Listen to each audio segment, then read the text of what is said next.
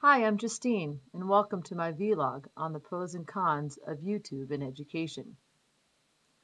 Online video resources are becoming more readily available on the web for social, educational, professional, and interest-based purposes.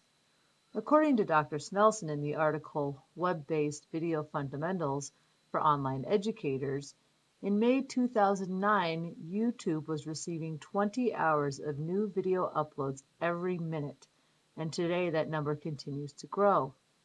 The number of online videos viewed continues to grow as well. With the wealth of free video resources now accessible through the web, educators have new channels in which to bring learning experiences, ideas, and instruction into their classrooms. There are a couple of pros and cons I would like to discuss as they relate to YouTube and education. I prefer to start with the cons because I'm the type of person who always likes to end on a positive note.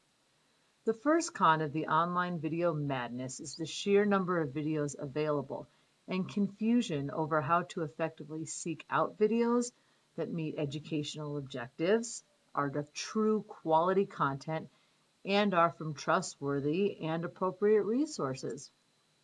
Dr. Snelson speaks to this in the previous mentioned article, saying that, quote, those who are new to online video may find themselves overwhelmed by the massive volumes of video content and the maze of video hosting sites available on the web these days, end quote. She further highlights what has been my biggest frustration, and I'm sure a frustration of many others, in that finding, distributing, and really effectively integrating online videos is a huge challenge to educators. And with the wealth of resources available, it's a shame that taking those beginning steps towards searching for online videos and integrating them into education can be so overwhelming and downright intimidating at times. A second con of YouTube in education is tied to the accessibility of YouTube in schools. There is a significant discrepancy amongst schools and districts as to educators and students being allowed to access YouTube materials for instructional purposes.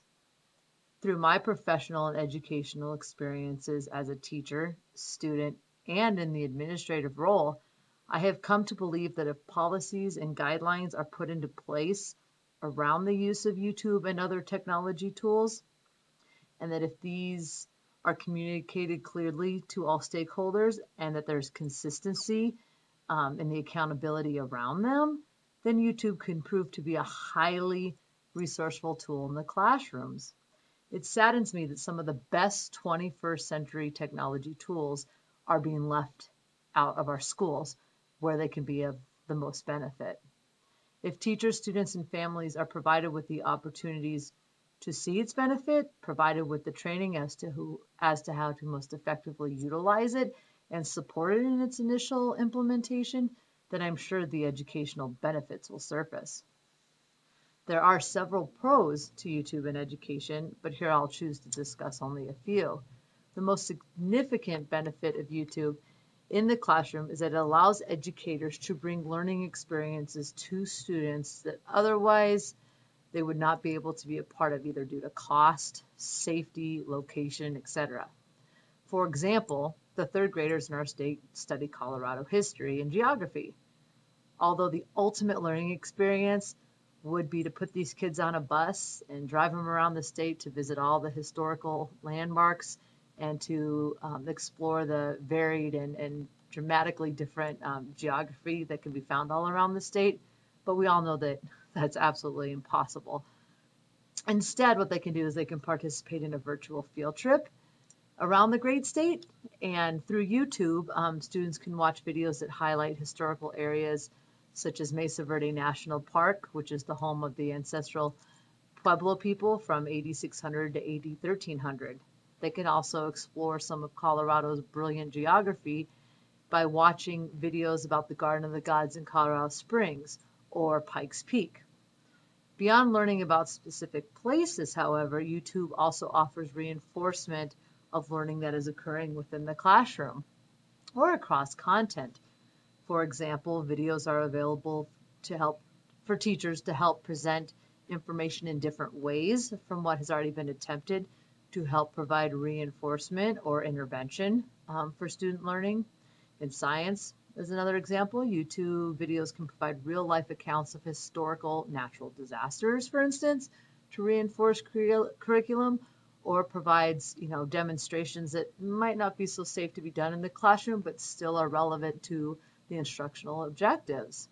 The main point is YouTube provides the opportunity for teachers to bring learning experiences to the students that otherwise most likely would not occur.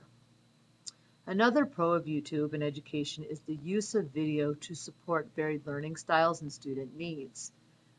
Clark and Meyer, which is cited in Dr. Snelson's previously mentioned article, states that, quote, learning gains have been reported for both retention and transfer of information when visuals are coupled with auditory narration. The use of video in education helps to combine visual and auditory information. In my area of special education, for example, pairing instructional delivery methods such as auditory and visual instruction as do videos help students retain information more effectively.